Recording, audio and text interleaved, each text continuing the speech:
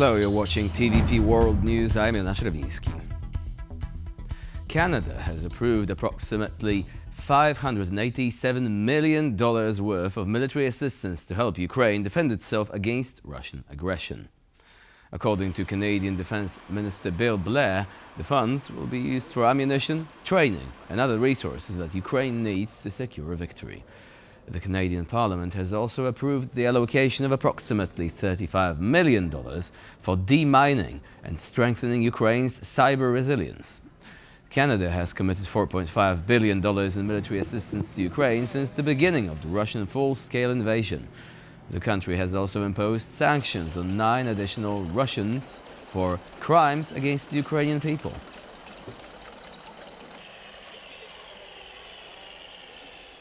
And the U.S. Treasury Department announced on Tuesday that it has transferred $20 billion to a World Bank fund from which Ukraine will be able to draw.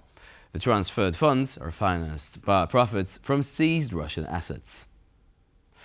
And now we're moving on to our next story. Polish Prime Minister Donald Tusk said on Tuesday that peace talks on the war in Ukraine could possibly begin as soon as this winter.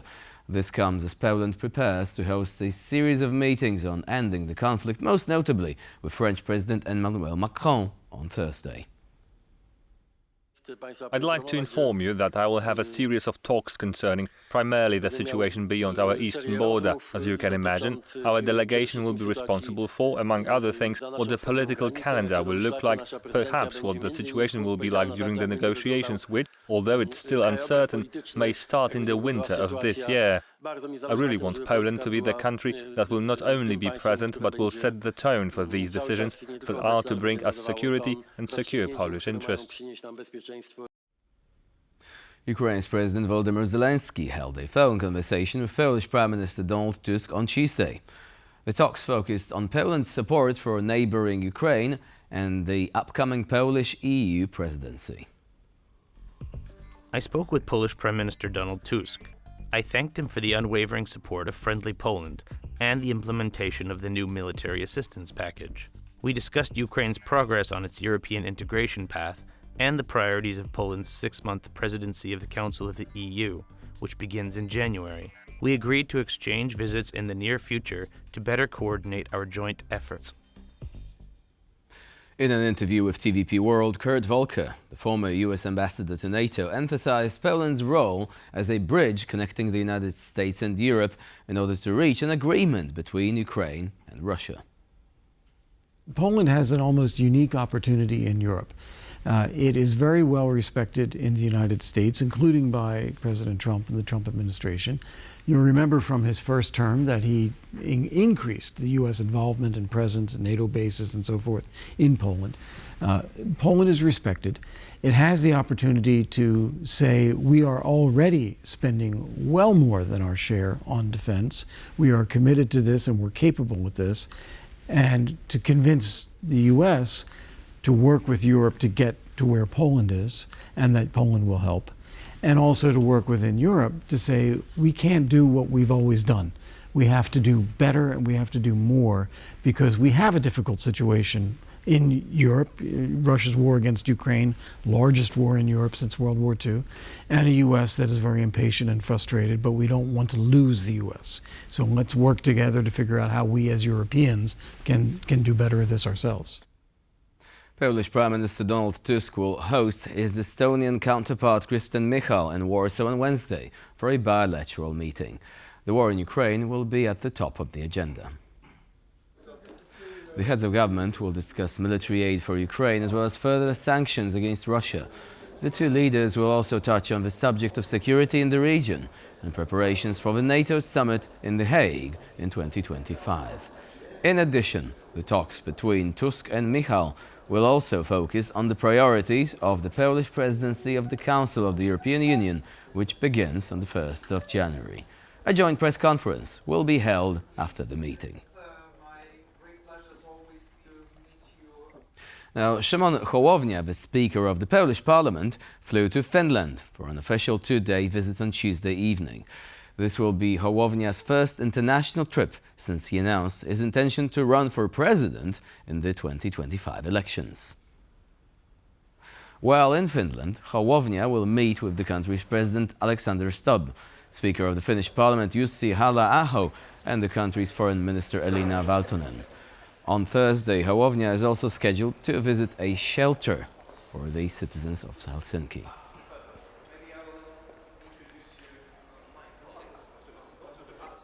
Now, despite his ambiguous stance on NATO and urging Kiev to make a deal with Russia, Donald Trump is trusted by almost half of Ukrainians. That's according to the latest report by the Ukrainian New Europe Center. The future US president is trusted by some 44.6% of Ukrainians. The authors of the report attribute this support to Trump having a more decisive and clearer approach to solving the conflict between Ukraine and Russia than Joe Biden did. However, according to the report, the leaders most trusted by the Ukrainians are European Commission President Ursula von der Leyen and Andrzej Duda, the President of Poland. Both are trusted by 65% of Ukrainians. Hungarian Prime Minister Viktor Orban has met with US President-elect Donald Trump in his Mar-a-Lago residence in Palm Beach, Florida. This is the second time this year that the Hungarian Prime Minister visited Trump at his Florida home. While at Mar-a-Lago, Viktor Orban also met with Elon Musk and future National Security Advisor Michael Waltz. The meeting was brief, with none of the participants giving any public statements after the talks. While the topic of the meeting was not disclosed, unofficial reports and onlookers suggest that it might have had to do with Russia's invasion of Ukraine and possible peace scenarios. Both Trump and Orban have previously supported the idea of negotiating potential peaceful solutions to the conflict with Moscow. Probably, like me, a little bit controversial, but that's okay.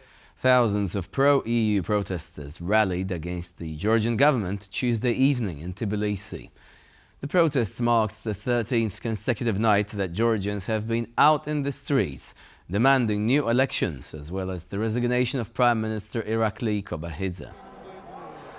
People in the streets of the Georgian capital could be seen waving Georgian and EU flags and blowing horns and whistles. Last night's protests came after the European Union said it could punish the Georgian authorities for their brutal crackdown on demonstrators. The nation has been plunged into turmoil since the ruling party, accused of moving the country towards Russia, claimed victory in the October parliamentary elections.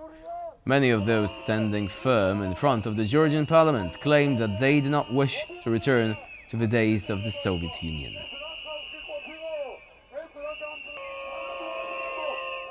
Talks began in Romania on Tuesday between pro-Western parties seeking to form a coalition government. Party representatives predict an administration will be in place by the end of the year. One of the new government's priority tasks will be organizing fresh presidential elections after November's first round vote was cancelled by the Constitutional Court over allegations of Russian meddling. The Social Democratic Party finished first in a parliamentary ballot which took place on 1st of December, followed by the far-right Alliance for the Unification of Romanians, the National Liberal Party, and the reformist Save Romania Union. Once the new parliament has been sworn in, the president will nominate a prime minister following consultations with parliamentary parties. The prime minister designate will then propose ministers and a program of government. Security Europe. That's the slogan of Poland's presidency in the Council of the European Union in the first half of 2025. The motto and the country's priorities were revealed earlier on Tuesday by the Polish Minister for EU Affairs. More spending on defense and lowering energy prices will be some of Warsaw's primary objectives.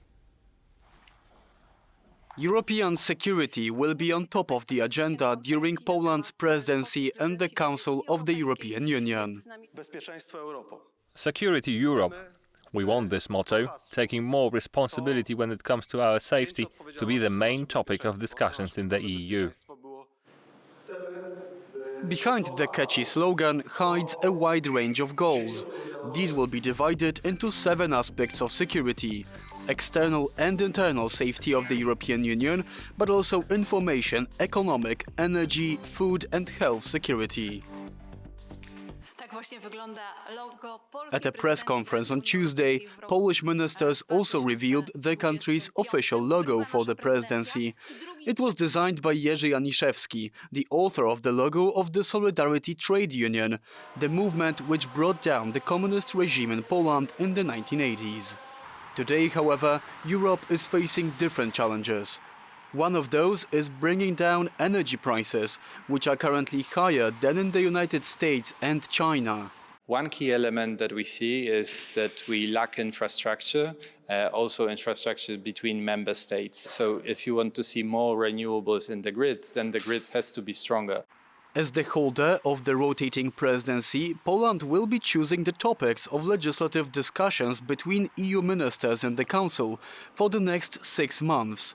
These discussions won't be easy, especially in the context of Germany and France going through major political crises. If there will be no stable government in Germany, if there will be no stable government in France, I would suspect that the discussions will of course take place, but the decision-making process will be postponed or will not be to the extent it could have been without these changes happening. Despite these unknowns, there is a lot of hope inside the bloc when it comes to the Polish presidency, especially since Poland will be taking over from Hungary, which has so far acted like a black sheep in the EU when it comes to supporting Ukraine and cutting Europe's dependence on Russian energy. We are aware of the difficulties in the talks between the Council and the European Parliament during the Hungarian presidency. We, on the other hand, are open to discussions to ensure effective cooperation with both the European Commission and the Parliament. Another unknown is the approach of new U.S. President Donald Trump, both to the war in Ukraine and to trade with the European Union. Cutting aid to Kyiv and imposing new tariffs on goods are a distinct possibility when Trump comes back to office. About the same time, Poland will begin its presidency in the Council. More energy security, investments in defense, less regulations, but more competitiveness. And these will be the main focuses of Poland's presidency in the Council of the European Union in the first half of 2025. Europe needs to take more responsibility for its security. That's the main message of the Polish government. From Warsaw, Kazimierz Łysiak, TVP World. The Biden administration is in talks with Turkey, attempting to get more information on the whereabouts of journalist Austin Tice. During last evening's press briefing, the White House press secretary said the American government does not know where the American journalist is, or even if he's still alive. Finding Austin Tice is a top priority of this administration. The FBI and State Department have offered up to $11 million in reward to anyone who can provide information. We do not know where he is located. We do not know. But we continue to hope that he is alive. And I think that's what you hear from this president, that he is hopeful that he is still alive, and we're talking through certainly this with the Turks and others to find him and to bring him home, and that is our commitment from this president. I will say more broadly to answer the question, there is no indication that he's not alive. But there's also no indication about his location or his condition. Luigi Mangione, the prime suspect in the United Health CEO Brian Thompson murder case, was transported to a courthouse in Pennsylvania. Mangione is awaiting extradition to New York, where the murder of the 50-year-old CEO took place. Accompanied by a heavy police escort, Luigi Mangione was dragged out of a police car and into a courthouse in Pennsylvania.